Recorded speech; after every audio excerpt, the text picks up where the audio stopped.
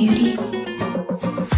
Yêu thương kia chỉ như làn gió khẽ vụt qua nơi đây.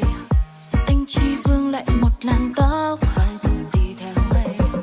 Hay có khi nào người bước qua nhưng trong em chẳng thấy được gì. Có lẽ do nhiều điều đắn đo nên chẳng thấy được chi về. Anh có thấy điều gì trong mắt em không baby?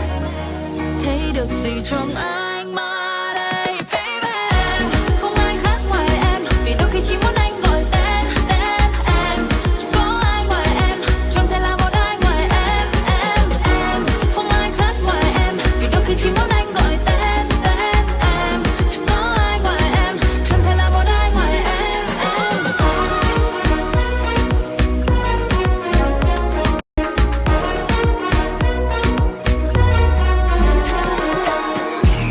Nó là ballet sola, baby come to me closer.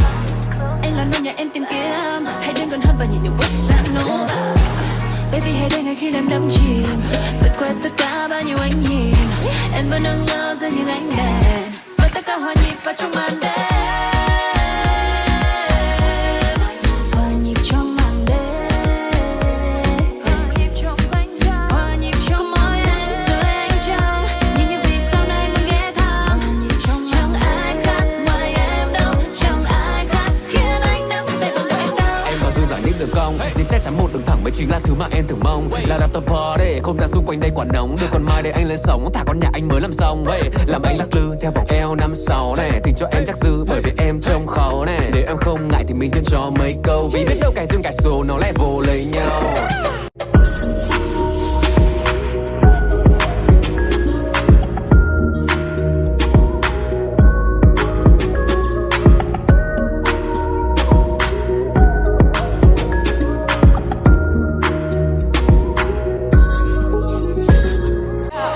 Anh có thấy điều gì trong mắt em không baby?